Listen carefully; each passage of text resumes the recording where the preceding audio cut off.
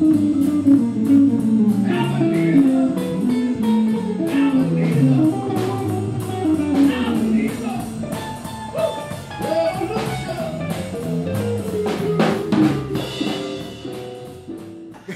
the 8th day of Chickenfoot, Chad said to us, "My kind of girl." Yeah! My Kind of Girl, I love this song. My Kind of Girl is like, to me, the chorus is just says, summertime, top down, windows down, going to the beach, driving, hot air coming through the car, and everybody in the car is singing that chorus. You know, that is what My Kind of Girl is to me. It's an ode to single moms. You know, I have a 12-year-old daughter. Thank God she doesn't have a single mom. Por favor.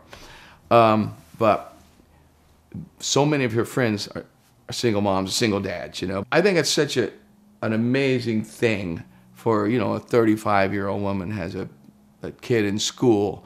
She gets up, cooks for the kid, you know, packs a lunch, takes him to school, drops him off, goes to work, works all day, has to arrange for someone to pick the kid up because the kid gets out before she's off work. You know, goes, picks the kids up from the babysitter, has to pay the babysitter, whatever.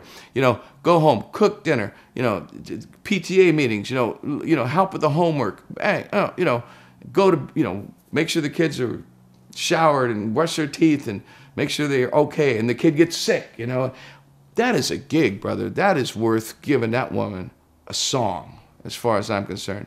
And that's a tough life, and there's so many of them that you know, in the world today in America. And so I just thought they need a song written for them, and I wrote it.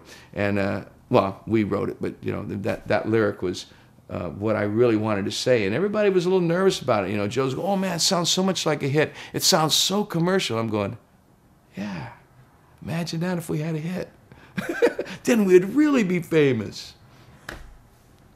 It wasn't a contrived thing trying to have a hit. I have passion for that song.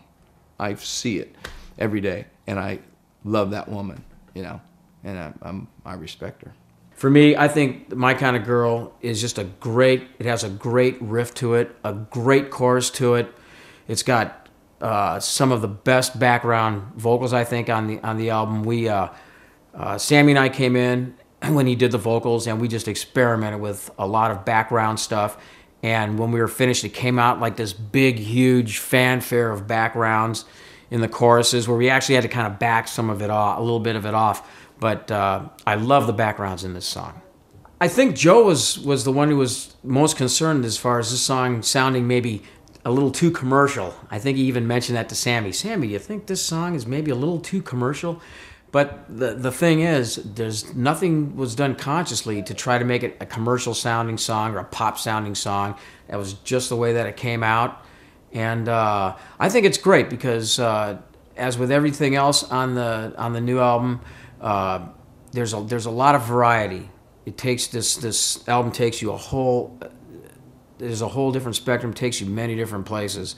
And My Kind of Girl was just kind of like, I guess, our more pop place that we took you to.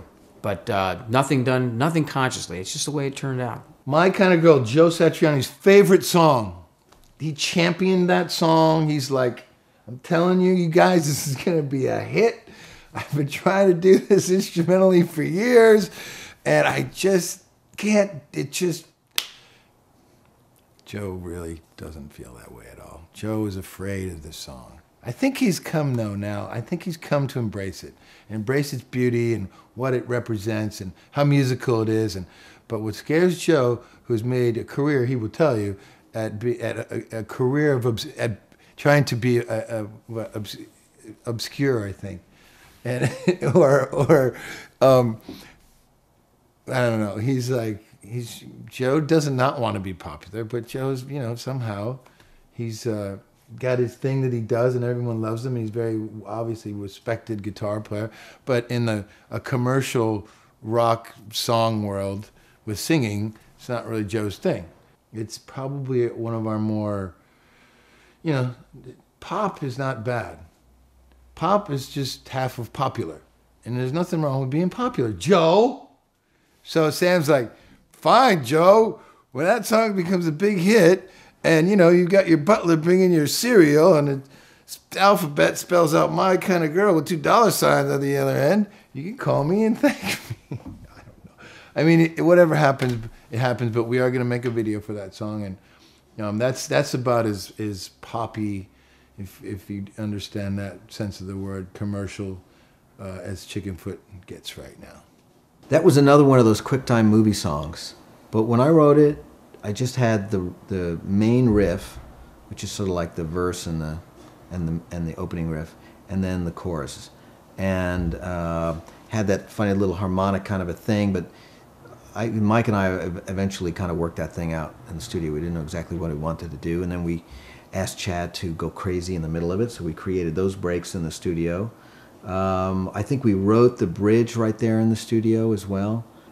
We all agreed it can't be like heavy metal, and so I was looking for a different way of playing it, and so I wound up using the snake guitar, drop D, into the PV 50 watt, and I was just thinking, I wish I could get it to be heavy, but maybe a bit more jangly sounding, so I could get more clarity and definition out of those low strings. I didn't want to transfer the riffs to higher strings. I wanted to keep it lower. This is very guitar nerdy stuff, but I was all about that when we were tracking, trying to get that to happen. But each time that I would go in that direction, I was getting good feedback from Mike and Chad that, yeah, this is sounding good, this is going great. And that's a good example of how the four of us create the sound of the song by wanting to know what the other person thinks in the band, you know. The opinion of style. Is this cool? Is that cool? Should we go more in this direction, that direction? Sometimes we talked about it, sometimes we didn't. It was just you could tell when someone liked what you were doing, and by sort of allowing that sort of back and forth to happen, the song suddenly got this vibe to it that was a very cool kind of rock sound. Is My Kind of Girl a pop song? I don't know. We all hope it will become popular, in spite of its darkness. Because the guitar part is very dark. And let's face it, Chad's drum performance is menacing. I mean, what pop song has that many drum fills in it? It's a new the rules. Yeah, it's totally against the rules. So That's why it will be successful, I believe. yeah. If not, you can blame it on me then. Yeah. Yeah. You heard it. It's subversive. 2, 3, from Chad, Joe, Sammy, and Mike. Oh, I get it. This time.